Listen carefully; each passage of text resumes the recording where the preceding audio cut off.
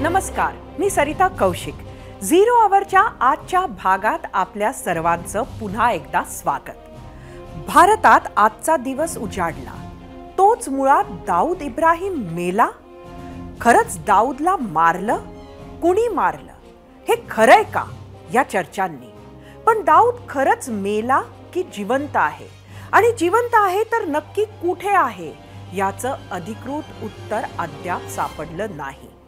तर दाऊदची चर्चा आज सकाळपासून सुरू होण्याचं कारण म्हणजे दाऊद इब्राहिमवर विषप्रयोग झाल्याचा पाकिस्तानच्या एका महिला यूट्यूबरचा व्हायरल झालेला व्हिडिओ.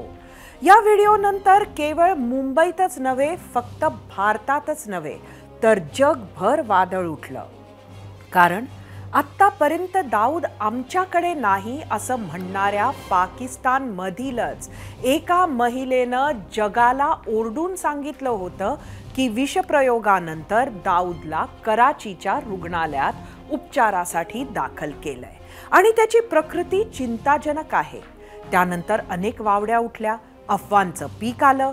कुणी म्हटलं दाऊद मेला, काहींनी तर ऑनलाईन जल्लोषही साजरा केला.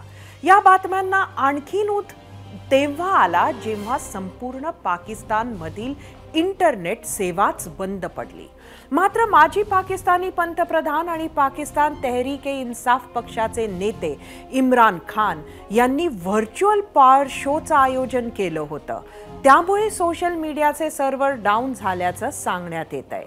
त्यामुळे इंटरनेट बंद केलं की बंद पडलं याचंही उत्तर सध्या गुलदस्त्यात आहे. पण या वृत्तावर अद्यापर्यंत ना पाकिस्तानकडून काही स्पष्टीकरण देण्यात आलं, ना भारतानं काही प्रतिक्रिया दिली. इकडे मुंबईत तपास यंत्रणा आणि पोलिसांनीही दाऊदच्या कुटुंबियांची चौकशी केली. पाकिस्तानने इतकी वर्ष दाऊदला सुखरूप जगवलं, मात्र आता थेट त्याच्या घरात घुसून कोणीतरी विषप्रयोग केलाय. फक्त पाकिस्तानच नव्हे तर कॅनडा, काश्मीर, अफगाणिस्तानमध्येही भारताच्या शत्रूंचा नाश होतोय. त्यावरही नजर टाकणार आहोत. पण त्याआधी आजच्या विषयावर आम्ही विचारलेल्या प्रश्नावर नजर टाकूया आणि तो पाहण्यासाठी जाऊया आपल्या पोल सेंटरला. आजचा आपला पहिला प्रश्न: दाऊदवर विषप्रयोगाची बातमी गेल्या काही काळात भारताच्या परदेशातील शत्रूंचा खात्मा होणं वाढलं आहे का? तुम्हाला सांगायचं होतं होय किंवा नाही. काही महिन्यांपासून भारतावर हल्ले करणाऱ्यांचा किंवा प्लॅन्स आखणाऱ्यांचा जगभर खात्मा सुरू झालाय. सर्वात ताजी घटना म्हणजे 2016 उरी हल्ल्यांशी संबंधित लष्कर-ए-तोयबाचा दहशतवादी हबीबुल्लाची काल रात्री पाकिस्तानमधील खैबर पख्तूनख्वाच्या टँक जिल्ह्यात गोळी झाडून हत्या झाली. गेल्या काही महिन्यात पाकिस्तानमध्ये डझनभर आतंकवादी मारले. त्यात बिलाल मुर्शिद, अक्रम गाझी, अबू कासिम ही नावं आहेत. 1999 साली नेपाळमधून भारतीय विमानाचं अपहरण करून कंदाहारमध्ये नेणाऱ्यांमध्ये जैश-ए-मोहम्मदच्या झहूर मिस्त्री होता, ज्याची 2022 मध्ये अज्ञात हल्लेखोरांनी हत्या केली. याशिवाय 2008 मुंबई हल्ल्याचा मास्टर माइंड साजिद मीरवर याच वर्षी डिसेंबरमध्ये पाकिस्तानच्या जेलमध्ये विषप्रयोग केला गेला. याशिवाय अल-बद्र मुजाहिदीन या अतिरेकी संघटनेचा प्रमुख आणि काश्मीरमध्ये सक्रिय असलेला दहशतवादी सय्यद खालिद रजाची यावर्षी 26 फेब्रुवारीला कराचीमध्ये हत्या झाली. तर हिजबुल मुजाहिदीनशी संबंधित काश्मीरी कमांडर बशीर अहमद पीर उर्फ इम्तियाज आलमवर रावळपिंडीत अज्ञातांनी गोळीबार करत मारला. 2016 साली भारतीय हवाई दलाच्या पठाणकोट बेसच्या हल्ल्याचा मास्टर माइंड जैश-ए-मोहम्मदचा शाहिद लतीफ आणि त्याच्या भावावर दहशतवाद्यांचं नंदनवन असलेल्या पाकिस्तानमधील सियालकोटच्या मशिदीबाहेर गोळ्या झाडण्यात आल्या. याशिवाय मुंबई हल्ल्याच्या प्लॅनरपैकी एक असलेला जमात-उद-दावा प्रमुख सलाम भुट्टाची पाकिस्तानच्या एका जेलमध्ये मृतावस्थेत तो सापडला. केवळ एवढंच नव्हे तर याच सप्टेंबर महिन्यात लष्कर ए तोयबाचा टॉप कमांडर रियाज अहमदची, जो राजौरी हल्ल्यात सहभागी होता, त्याची पाक अधिकृत काश्मीरच्या रावळकोट येथील अल कुद्दूस मशिदीमध्ये अगदी जवळून गोळी झाडून हत्या करण्यात आली. अशा घटना घडत असताना दाऊद इब्राहिमवर विषप्रयोगाच्या बातमीनं तर सर्वांच्याच भुवया उंचावल्या. हे फक्त पाकिस्तानमध्ये होतंय असं नाही, तर जगभरात लपून बसलेल्या भारताच्या या कथित शत्रूंचा नाश गेल्या दीड वर्षात होतोय. भारतानं बंदी घातलेल्या खलिस्तान कमांडो फोर्स या दहशतवादी संघटनेचा प्रमुख परमजीत सिंग पंजवाडची याच वर्षी मे महिन्यात पाकिस्तानच्या लाहोरमध्ये गोळ्या घालून हत्या करण्यात आली. शिवाय खलिस्तान टायगर फोर्स या दहशतवादी संघटनेचा प्रमुख आणि मोस्ट वॉन्टेड हरदीप सिंग निज्जरची कॅनडात झालेली हत्या हा तर आंतरराष्ट्रीय मुद्दा झाला आहे. 1985च्या एअर इंडियाच्या कनिष्क विमान बॉम्बस्फोटातील आरोपी रिपुदमन सिंहवर कॅनडात कारमध्ये बसलेला असताना गोळ्या झाडण्यात आल्या. हे कोण करत आहे याबद्दल कुतूहल निर्माण झाले आहे. यामागे रॉचा हात असल्याचे आरोप केले जात असले तरीही अद्याप कुणीही सिद्ध करू शकलेलं नाही आणि भारत सरकारनेही आरोप स्पष्ट नाकारले आहेत. याच विषयाला अनुसरून आम्ही विचारलेल्या प्रश्नावर तुम्ही काय प्रतिक्रिया दिल्या आहेत त्या पाहण्यासाठी आपण जाऊया आपल्या मीडिया सेंटरला. आजचा आपला प्रश्न तुम्हाला परत सांगते. दाऊदवर विषप्रयोगाची बातमी आज सकाळी आली. गेल्या काही काळात भारताच्या परदेशातील शत्रूंचा खात्मा होणं वाढलं आहे का? सोशल मीडियावर तुम्ही काय प्रतिक्रिया दिल्या आहेत त्या बघूया. एक्स वरून संकेत जगताप, यालाच म्हणतात घर में घुसकर मारेंगे.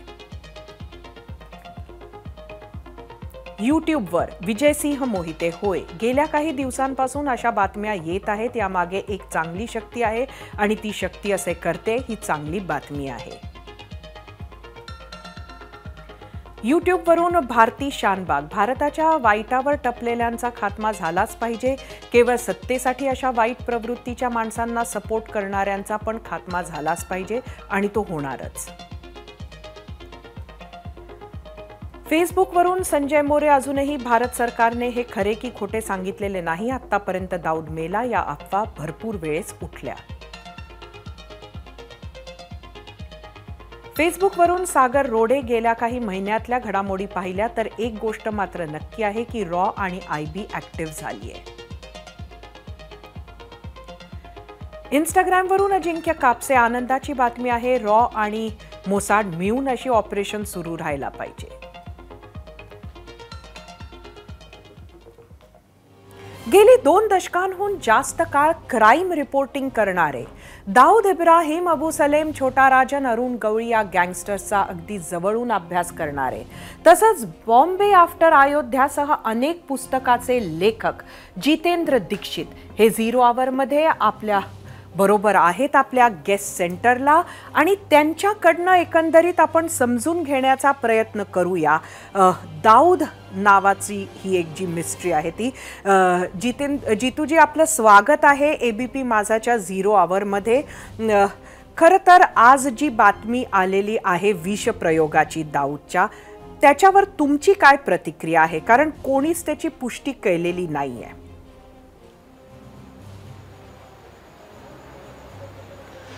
Sarita ji, there is a phrase, एक इंग्लिश में एक फ्रेज है, taking with a pinch of salt, जिसका मतलब ये होता है कि यकीन करने से पहले जरा सोच लेना कि क्या ये खबर सही है. तो I am taking this news with a pinch of salt, क्योंकि बीते 20 सालों में जब से मैंने क्राइम रिपोर्टिंग शुरू की है, उसके बाद से लेके अब तक दाऊद 5 बार मर चुका है या मारा जा चुका है. आखिरी बार उसके मरने की खबर आई थी साल 2018 में. इसके पहले भी जो है दाऊद के कभी ये खबर आई कि वो कोविड की वजह से मर गया है, कभी ये खबर आई कि छोटा राजन के शूटरों ने कराची में जाकर उसके ऊपर फायरिंग कर दी जिसमें वो बाल बाल बच गया. तो ऐसी खबरें बीते हर 3-4 साल में आती हैं दाऊद के मरने की. लेकिन अगर हम बात करें कि क्या ये खबर सही है, तो इसकी पुष्टि हो पाना बहुत मुश्किल है. पाकिस्तान की सरकार इसकी पुष्टि करेगी नहीं, क्योंकि पाकिस्तान का ऑन रिकॉर्ड ये स्टैंड रहा है कि दाऊद हमारी जमीन पर है ही नहीं. तो अगर वो वाकई में भी वहां मर जाता है तो पुष्टि होने वाली नहीं है.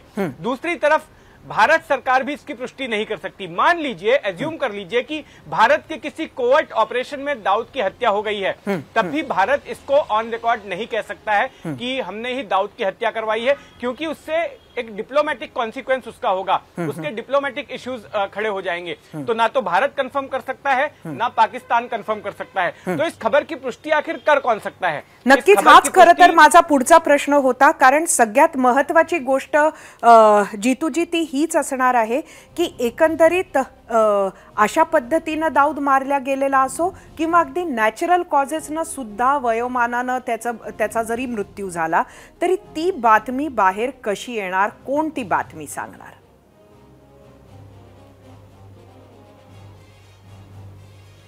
बिल्कुल, देखिए ऐसा है कि जैसा मैंने बताया कि या तो उसके परिवार का कोई सदस्य ये बात कहे या उसका कोई रिश्तेदार ये बात कहे, तो इस वक्त एक ही नाम मेरे जहन में आता है, वो नाम है जावेद मियांदाद का।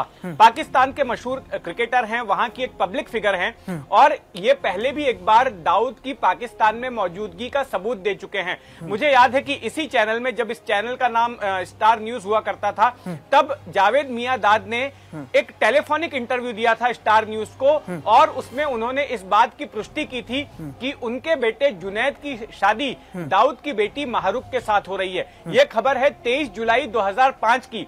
उस दिन ही ये शादी हुई थी और उन्होंने पुष्टि की थी कि दाऊद इब्राहिम पाकिस्तान में ही है। तो आज की तारीख में अगर कोई शख्स जिससे कि मीडिया इंटरैक्ट कर सकती है, जो पब्लिकली अवेलेबल है, वो है जावेद मियांदाद और वही एक शख्स हैं जो मुझे लगता है कि इस खबर की आधिकारिक तौर पर पुष्टि कर सकते हैं कि दाऊद क्या वाकई में मारा गया है या फिर दाऊद अभी भी जिंदा है। लोग, कुछ एक चैनल हैं जो छोटा शकील के हवाले से खबर अब चलाने लग गए हैं कि दाऊद जो है वो हिफाजत से है, दाऊद को कुछ नहीं हुआ है। लेकिन यहाँ पर मुझे इस बात पे डाउट है कि क्या छोटा शकील भी बात करेगा, क्योंकि 2015 के बाद से छोटा शकील ने किसी भी चैनल से बातचीत नहीं की है और अचानक में छोटा शकील आकर इस तरह से बयान देने लगेगा और इस खबर को डिनाई करेगा, ये भी अपने आप में सवाल खड़े करता है कि जिस भी चैनल ने या जिस भी न्यूज ऑर्गेनाइजेशन ने बात की है, जिस शख्स को छोटा शकील माना है, क्या वो वाकई में छोटा शकील ही है? नक्कीच नक्कीच अत्यंत महत्वाचा प्रश्न तुम्ही उपस्थित केलाय जितूजी।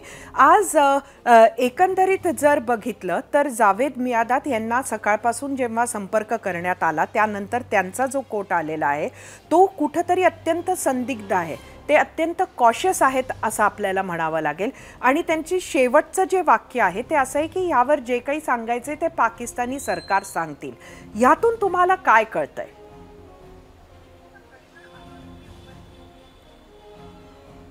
नहीं, इससे तो देखिए पाकिस्तानी सरकार इस बारे में कहेगी, इससे तो यही पता चलता है कि जावेद मियांदाद फिर से एक बार इस बात की पुष्टि कर रहे हैं कि दाऊद इब्राहिम पाकिस्तान में ही है। जो पाकिस्तान सरकार का ऑफिशियल स्टैंड रहा है कि दाऊद इब्राहिम हमारी जमीन पर नहीं है, ये उसको कॉन्ट्रडिक्ट कर रहे हैं।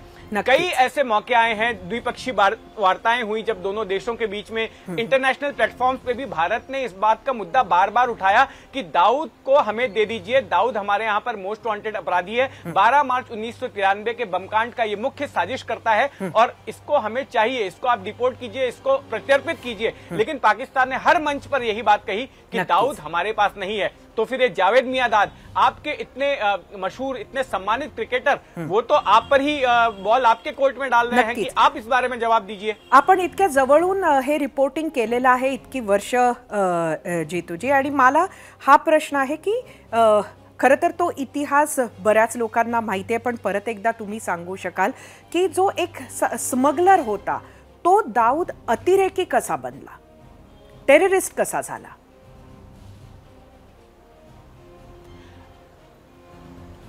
देखिए, दाऊद 1986 में भारत से भागकर दुबई गया और वो भारत से इसलिए भागा क्योंकि भारत में जो कस्टम डिपार्टमेंट था उसकी काफी दबिश हो गई थी। मुंबई पुलिस जो शुरुआत में दाऊद का साथ दे रही थी, जब पठान गैंग हावी था शहर पर, तो उस वक्त मुंबई पुलिस जो है अनऑफिशियली दाऊद गिरोह का साथ दे रही थी। उसने बाद में दाऊद गिरोह पर दबिश बनानी शुरू की जब दाऊद ने मुंबई शहर में खून खराबा करना शुरू कर दिया। उसके बाद दाऊद यहां से भाग गया दुबई। उस वक्त में दुबई जाना बड़ा आसान था, दाऊद के अपना भी नेटवर्क था दुबई में, और वो दुबई से से ऑपरेट करने लगा, वहां से स्मगलिंग करवाता था। जो इलेक्ट्रॉनिक आइटम है, टीआर का माल बोलते हैं, ट्रांसफर ऑफ रेसिडेंस, इस स्कीम के तहत भारत सरकार की, वो वहां से इलेक्ट्रॉनिक सामान की स्मगलिंग करवाता था, सोने चांदी की स्मगलिंग करवाता था। अब हुआ ये कि ऐसा ही उसका एक स्मगलिंग का कंसाइनमेंट एक पाकिस्तानी तस्कर ने, एक पाकिस्तान का ही एक माफिया डॉन था, उसने समंदर में ही सीज कर लिया, उसको अपने कब्जे में ले लिया।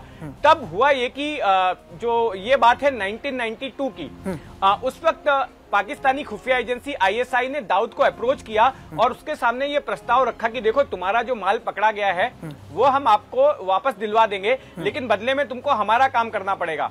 तो बदले में वो काम क्या था कि मुंबई में बम धमाके करवाने हैं और उसके लिए तुमको मैन पावर भी देना होगा और उसके लिए तुम्हें हमें लॉजिस्टिक सपोर्ट भी देना होगा। दूसरी तरफ दाऊद के ऊपर भी एक तरह का दबाव था, क्योंकि उसको इस तरह से यह जताया जा रहा था कि इतने सारे मुसलमानों की हत्या हुई दंगों के दौरान और दाऊद कुछ नहीं कर रहा है। तो ऐसे में वो दबाव तो था ही, कम्युनल दबाव तो था ही, लेकिन साथ में उसका बिजनेस इंटरेस्ट भी था।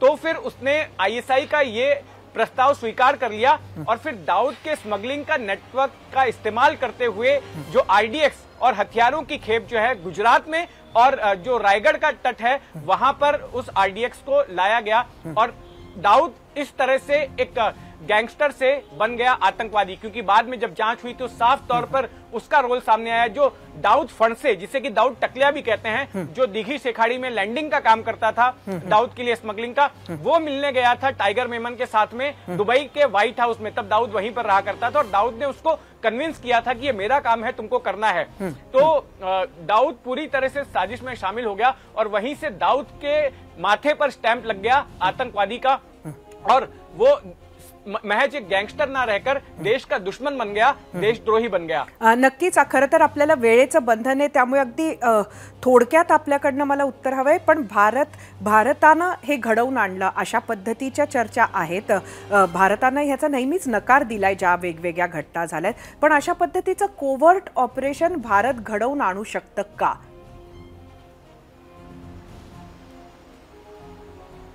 बिल्कुल भारत इस तरह के ऑपरेशन कर सकता है। भारत ने इसके पहले 3 बार दाऊद इब्राहिम पर अटेम्प्ट किए हैं।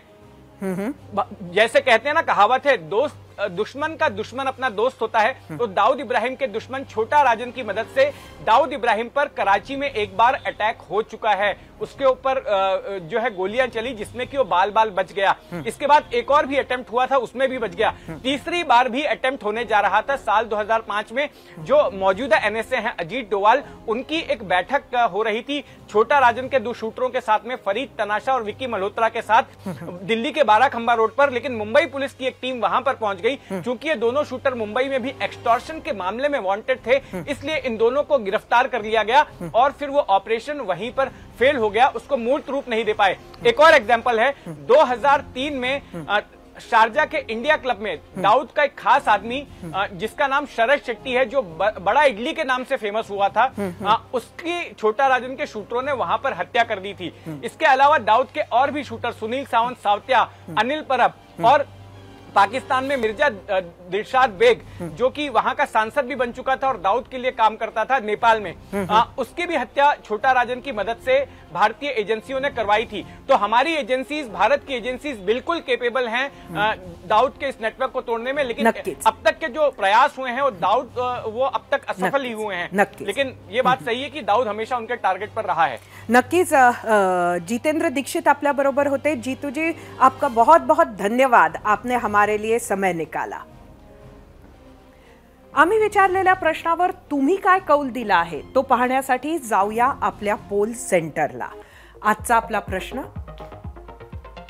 दाऊदवर विषप्रयोगाची बातमी आली, गेल्या काही काळात भारताच्या परदेशातील शत्रूंचा खात्मा होणं वाढलं आहे का? यूट्यूबवर एकूण 10,000 मतं, 84% लोकांनी होय म्हटलंय, 16%नी नाही। इंस्टाग्रामवर एकूण 3,000 मतं, 85% लोकांनी होय म्हटलंय, 15%नी नाही। फेसबुकवर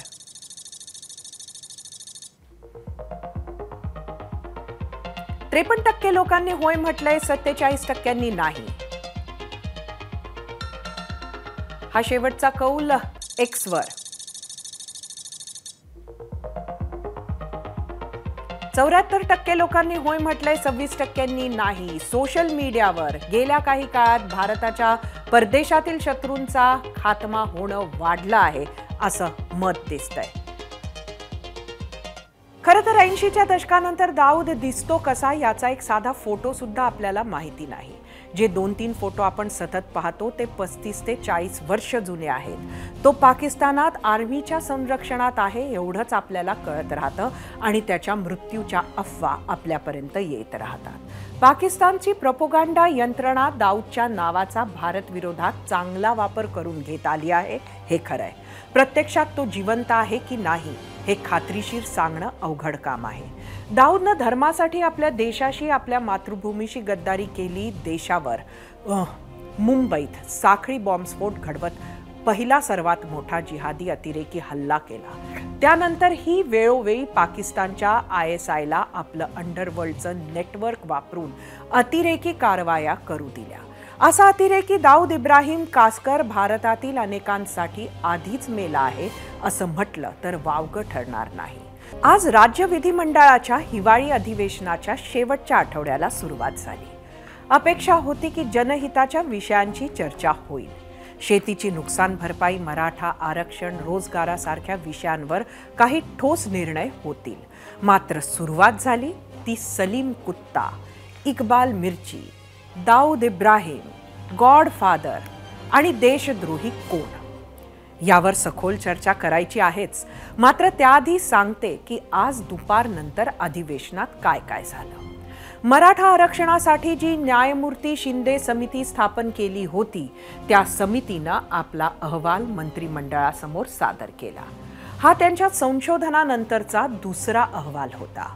यावेळी 11 जणांना प्रातिनिधिक स्वरूपात कुणबी प्रमाणपत्र दिले.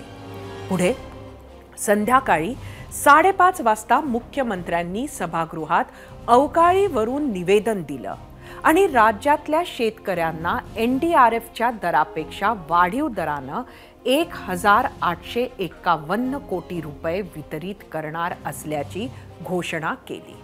असं असलं तरी आज दिवसभरात गेल्या आठवड्यात झालेल्या कामकाजातही सलीम कुत्ता आणि राजकारण्यांशी संबंध यावरूनच गोंधळ झाल्याचं महाराष्ट्रानं पाहिलं. आज तर त्यापुढे जात महाराष्ट्र विधिमंडळात दाऊद आणि राजकारणही दिसलं. नेमकं त्यावरच होता आमचा आजचा दुसरा प्रश्न. तो पाहूयात आपल्या पोल सेंटरला. आजचा दुसरा प्रश्न होता, बॉम्बस्फोटातील आरोपी सलीम कुत्ता मुद्द्यामुळे हिवाळी अधिवेशनात जनहिताचे मुद्दे मागे पडले असं तुम्हाला वाटतंय का? तुम्हाला सांगायचं होतं होय किंवा नाही. आता हा प्रश्न उपस्थित झाला त्याला अनेक कारणं आहेत. मात्र आजची सुरुवात झाली काँग्रेस आमदार कैलास गोरंट्याल यांच्या दाव्यानं.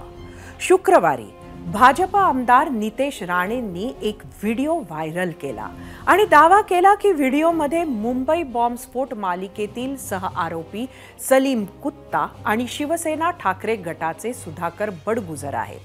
याच दाव्यावर प्रश्नचिन्ह उपस्थित करत काँग्रेस आमदार कैलास गोरंट्याल एक नवाच दावा केला आणि त्यावर थेट गृहमंत्र्यांचं निवेदन मागितलं. गृहमंत्र्यांनी निवेदन केलंही. ते निवेदन पाहायचं आहेच. मात्र आधी पाहूयात गोरंट्याल यांचा दावा. सलीम कुत्ता हा बॉम्बस्फोटाचा आरोपी 98 साली त्याला हॉस्पिटलमध्ये त्याचा मर्डर झाला. मर्डर करणारे रोहित वर्मा, मर्डर करणारे रोहित वर्मा आणि बाळू ठाकरे म्हणून आणि संतोष शेट्टी जे छोटा राजांचे हस्तक आहेत त्याने त्याला मारलेला आहे.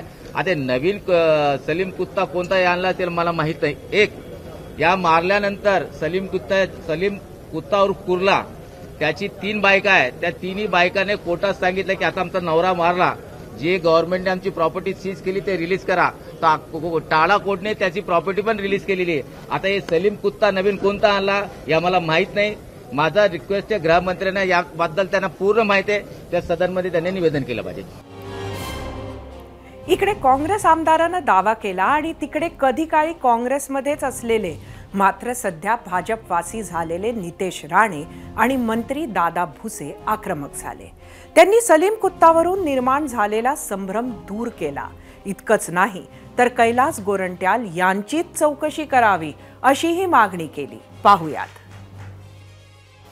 सलीम कुत्ता ज्याला टाडा न्यायालयाने जन्मठेप ठोठावलेली आहे, ती जन्मठेपेची शिक्षा आजही सलीम कुत्ता भोगतो आहे. आता जो मुद्दा आपण उपस्थित केलेला आहे, गोरंट्यालकडे माननीय आमदार महोदयांकडे जर काही जास्तीची माहिती असेल तर त्याने चौकशी करणाऱ्या अधिकाऱ्यांकडे ती त्या ठिकाणी त्यांनी द्यावी. काँग्रेस आमदारनी जो काय दावा केला हा त्याला कसं माहिती, म्हणून मी संबंधित SIT आणि चौकशी अधिकाऱ्यांना सांगेन, संबंधित काँग्रेस आमदारांना अटक करा लागले तर आणि त्यांची चौकशी करा. त्याला कसं माहिती का तो मेलेला आहे. बरं, सत्ताधाऱ्यांच्या उत्तरानंतर वाटलं होतं की सलीम कुत्ता आणि सलीम कुर्ला जे कोणी असतील त्याच्यावरून सुरू झालेलं चर्चाचं वादळ शांत होईल. मात्र तसं झालं नाही. ज्या दिवशी नितेश राणेंनी सलीम कुत्तावरून आरोप केले होते त्या दिवशी शिवसेना ठाकरे गटाच्या नेत्या सुषमा अंधारेंनी केलेलं ट्विट आठवतंय का? त्यांनी त्या दिवशी एक व्हिडिओ ट्विट करत मंत्री गिरीश महाजन यांच्यावर आरोप केले होते. त्याच व्हिडिओतला एक फोटो आज विधान परिषदेत झळकला. मंत्री गिरीश महाजन हे दाऊदच्या एका नातेवाईकाच्या लग्नात उपस्थित होते असा आरोप विरोधी पक्षांनी केलाय. सुरुवात केली ज्येष्ठ नेते आणि गिरीश महाजन यांचे कधी काळचे सहकारी एकनाथ खडसेंनी. मग त्यात शिवसेना ठाकरे गटाच्या नेत्यांची भर पडली. गोंधळ इतका वाढला की उपसभापती नीलम गोरे यांना सगळ्या विरोधकांना अगदी उपरोधात्मक समज द्यावी लागली. इतकंच नाही तर सभागृह सुद्धा तहकूब करावं लागलं. नेमकं काय घडलं विधान परिषदेत तुम्ही पहा. मुंबई येथे 1993 मध्ये झालेल्या बॉम्बस्फोट प्रकरणातील आरोपी दाऊद इब्राहिम याच्या नातेवाईकांना सन 2017 मध्ये नाशिक येथे झालेल्या लग्न समारंभात राज्यातील तत्कालीन पालकमंत्री व सध्याचे ग्रामविकास मंत्री गिरीश महाजन यांच्यासह एक राजकीय पक्षाचे काही आमदार पदाधिकारी हजर असणे, त्याप्रमाणे एका पक्षाच्या बऱ्याचशा नगरसेवकांची उपस्थिती लावणे, तसे गिरीश महाजन यांच्यावर देशद्रोही दाऊद इब्राहिमचा हस्तक सलीम कुत्ता याच्याचे संबंध असल्यामुळे या प्रकरणाची SITच्या माध्यमातून चौकशी करण्यात यावी आणि तोपर्यंत जे मंत्री याच्यात असतील त्यांनी तातडीने राजीनामा द्यावा. आता प्रश्न महत्वाचा असा आहे की जे एकनाथ खडसे यांनी सांगितलं की दाऊदशी संबंधित असलेल्या लग्नामध्ये हे सगळे लोक गेले, त्याच्यात पालकमंत्री गेले, त्याच्यात आमदार गेले, त्याच्यात नगरसेवक गेले. जर हे लग्न सर्वसाधारण माणसाचं असतं IBने त्या लग्नावरती लक्ष ठेवलं होतं की हा लग्नात कोण कोण येत आहे आणि त्या IBच्या सगळ्या निरीक्षणावर पोलिसांची चौकशी सुरू झाली. पण आपल्या मंत्रिमंडळातले एक मंत्री, आपल्या विधानसभेचे काही सदस्य हे या सगळ्या कार्यक्रमाला जातात, सोहळ्याला जातात आणि ज्यावेळेस हे मंत्री कोण आहे याचा फोटो जेव्हा दिसतो तर याच्यात स्पष्टपणे गिरीश महाजनांचं नाव दिसतंय. सभापती महोदय, गिरीश महाजन या राज्याचे एक जबाबदार मंत्री आहेत. नावाशी घेऊ नका सभापती महोदय, मला थांबू शकत नाही. सभापती महोदय, सभागृहातून काढून टाकते त्याच्यामध्ये. सभापती महोदय, तुम्हाला ते नवाब मालिकांचा वचपा काढायचा, नवाब मालिकांचा वचपा काढायचा, मग तुम्ही राजकारण करताय. मी एक लोकशाहीवादी व्यक्ती आहे म्हणून तुम्हाला संधी दिली, तुम्ही कारण असताना उद्धव साहेबांच्या समोर इम्प्रेशन पाडताय. मी गिरीश महाजनांचं नाव घेतो. सलीम कुत्तावरून सुरू झालेली चर्चा गिरीश महाजन आणि त्या एका फोटोवर पोहोचली होती.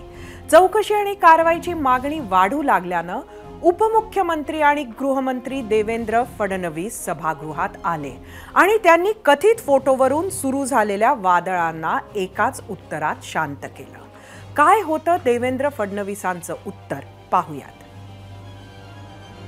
हे लग्न मुस्लिम धर्माचे नाशिकचे सर्वात मोठे धर्मगुरू ज्यांना शहरे खातीब म्हणतात त्यांच्या पुतण्याचं लग्न होतं बसून बोलायचं. त्या ठिकाणी पालकमंत्री म्हणून गिरीश महाजन गेले होते. शहरे खतीब यांचा दाऊदशी कुठलाही संबंध नाही. ज्या मुलीशी लग्न झालं त्यांच्या वडिलांचं जे सासर आहे त्या सासरातली एक नातेवाईक ही दाऊदच्या कुठल्या तरी भावाशी तिचं लग्न झालंय असा आरोप करण्यात आला त्यावेळी. पण ज्यांच्याशी लग्न झालं त्याही परिवाराचा कुठेही दाऊदशी संबंध नाही. दाऊदशी संबंधाचा त्यांच्यावर कुठलाही आरोप नाही, कुठलाही गुन्हा दाऊदशी संबंधाचा किंवा तशा प्रकारचा शहरे खतीबवरही नाही आणि त्यांचे ज्यांच्याकडे लग्न झालं त्यांच्यावर देखील त्या ठिकाणी नाही.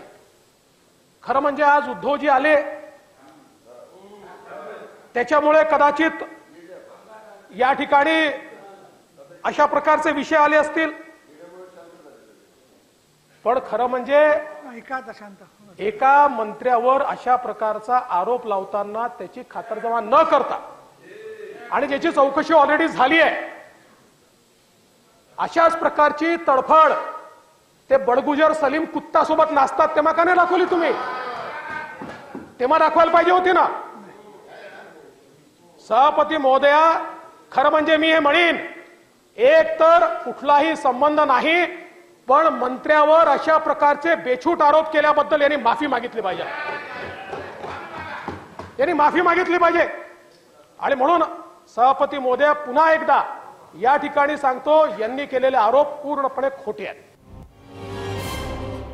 आता इतकी मोठी क्लीन चिट मिळाल्यानंतर गिरीश महाजन यांचाही कॉन्फिडन्स वाढला.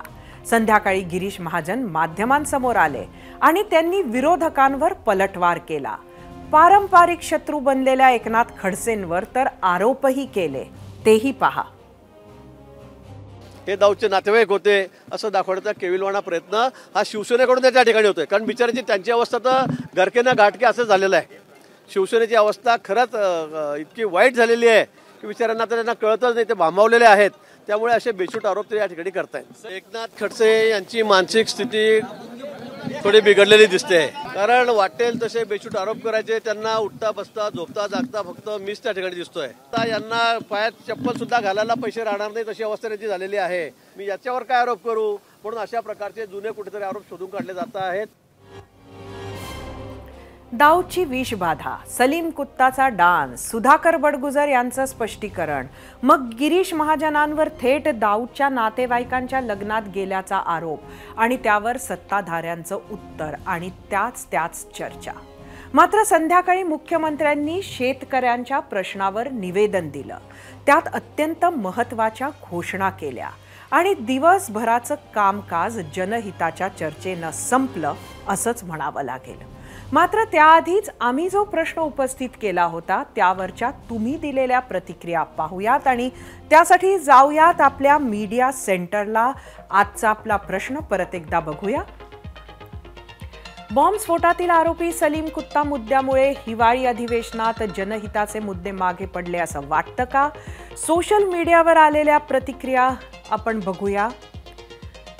चैतन्य पटले एक्सवरून, जनहित नाही यांच्याकडे, फक्त वैयक्तिक हित आणि भांडणं आहेत, सर्वसामान्य वाऱ्यावर आहेत, काहीतरी वेगळे शब्द प्रयोग करून जनतेची दिशाभूल होते. एक्सवरून अमोल काते, अधिवेशनात जनहिताचे मुद्दे येतात का? अधिवेशन कमी, कलगीतुरा जास्त वाटतो, सत्ताधारी विरोधक उणीदुणी काढून जनतेच्या पैशाचा अपव्यय करत आहेत. यूट्यूबवरून दीपिका दळवी, भाजप सरकार अधिवेशन भरकटोय, नको ते मुद्दे आणतात. यूट्यूबवरून साई पूजा, देशातले सगळेच मुद्दे मागे पडत आहेत, मुद्द्यांना मागे ढकलून आपली पोळी भाजून घ्यायची हीच सध्याची परिस्थिती आहे. अराजकता, महागाई, बेरोजगारी देशात वाढतेय. फेसबुकवरून राजू मेमाणे, सत्ताधारी आणि विरोधी पक्षाला जनतेच्या प्रश्नाशी कधीच देणे घेणे नसते, म्हणून असे निरर्थक प्रश्न उपस्थित केले जातात. इंस्टाग्रामवरून अनुराग सावंत, त्यांचा विकासाशी काही संबंध नाही, फक्त बडबडत राहायचं, अजून येते तरी काय. इंस्टाग्रामवरून आकाश मोहुर्ले मूळ मुद्दे बाजूला ठेवून बिनकामाचे मुद्दे पुढे करायचे आणि अधिवेशन पुढे ढकलायचं, याचसाठी हे अधिवेशन भरवतात आणि कोट्यावधी रुपये खर्च करतात. लोकांचा राग आपण या प्रतिक्रियांमधनं आता बघितला. आता वेळ झालीये आपला पोल रिझल्ट पाहण्याची आणि त्यासाठी जाऊयात आपल्या पोल सेंटरला. बॉम्बस्फोटातील आरोपी सलीम कुत्ता मुद्द्यामुळे हिवाळी अधिवेशनात जनहिताचे मुद्दे मागे पडले असं वाटतं का? युट्यूबवर 6000 मतं आली. 93% लोकांना होय वाटतंय, 60% लोकांना नाही. इंस्टाग्रामवर एकूण 2000 मतं आली ह्या प्रश्नाला. 83% लोकांना होय म्हटलंय, 17% नाही. फेसबुकवर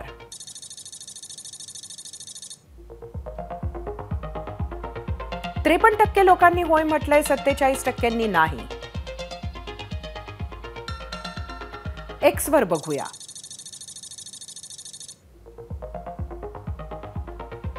90% लोकांनी होय म्हटलंय, 10% लोकांनी नाही.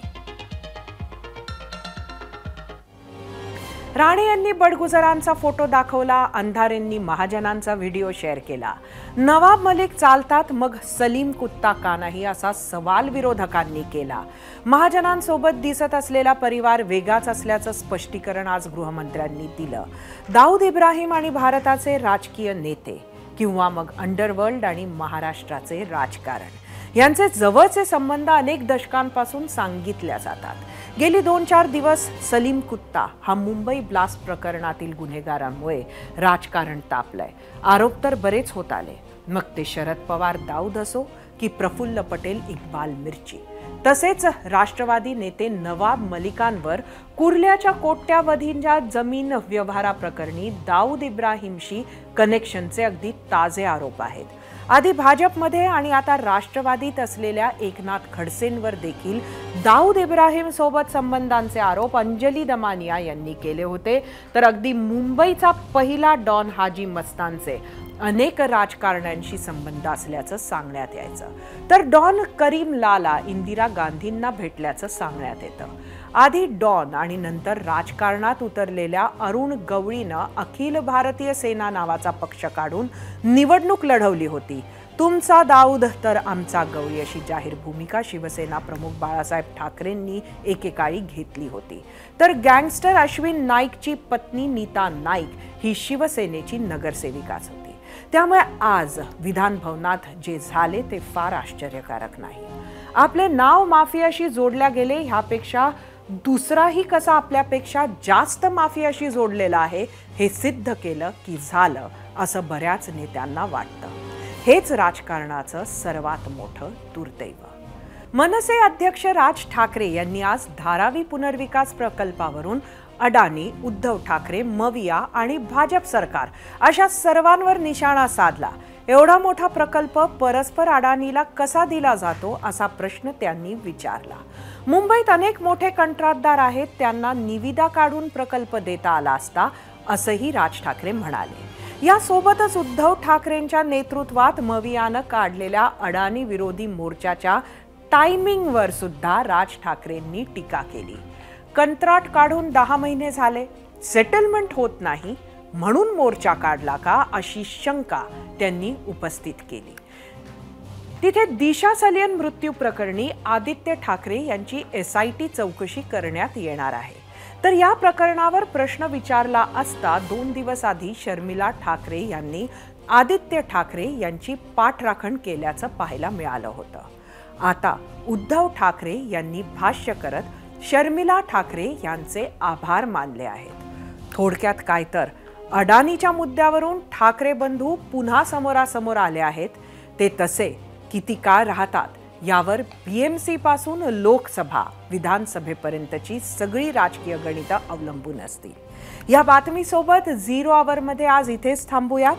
उद्या रात्री 7:56 पुन्हा भेटूयात. पाहत रहा ABP माझा.